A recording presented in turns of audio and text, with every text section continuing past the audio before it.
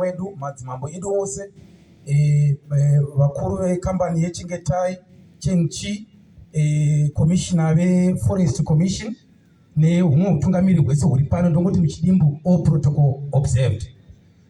Ndamira pano ndakamirira honorable Mpasi uyewo ndakazvimirira nekuti shurugwi inonzi imwe chete.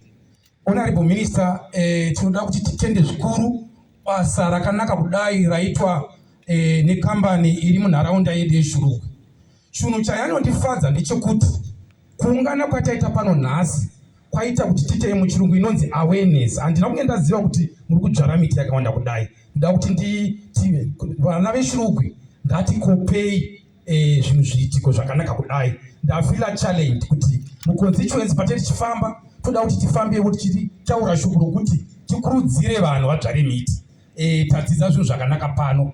Ndingangoti muchidimbu nyaya iripo ndeyekuti Chengetai Chengchi iri kushanda nesu zvakanaka.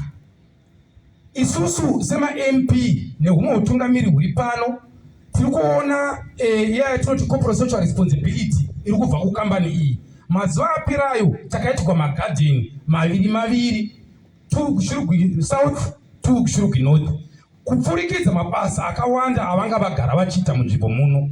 Ndafara zvikuru kuti vari kufamba nedonzvo romutungamiri wenyika. Kune vanga vakateerera yatinoti state of the nation address, president vakakokomedza nhau yerehabilitation and restoration yemamines areas anenge ashandwa. Ndanzwa kutaurwa kwaitwa pano. Ndoda kuti ndichallenge zvakare makambani ese ari mushurugwi kuti ngatikopei dhoiri rakanaka iri.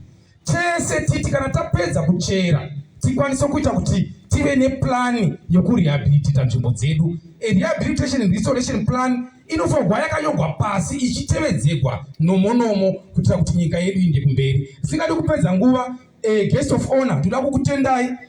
Ndoziva munomhanya siku nesikati kuti province yedu ishaine. Itisema MP tinodada nemi nokuti tiri kuratidza kuti maprojects atiri kuita muMidlands ari kukwidza munyika muno. Ende nhonga yezvino ndakambovabvunza rimwe remazuva aitaura ndakanga taakuma 2,000-3,000 projects anenge achiitwa munzvimbo medu yeMidlands. Saka ndingangoti muchidimbu, honorable minister, indai munotitaurira kuna president kuti isu kuno sema MP tiri kusapota vision yababa vedu yevision 2030. Toda kuti vasvike muna 2030 vachitungamirira nyika yeZimbabwe. Isu tichivasapota pano paground, nyika yedu ivandudzwe, tibude muurombo. Ndinotenda.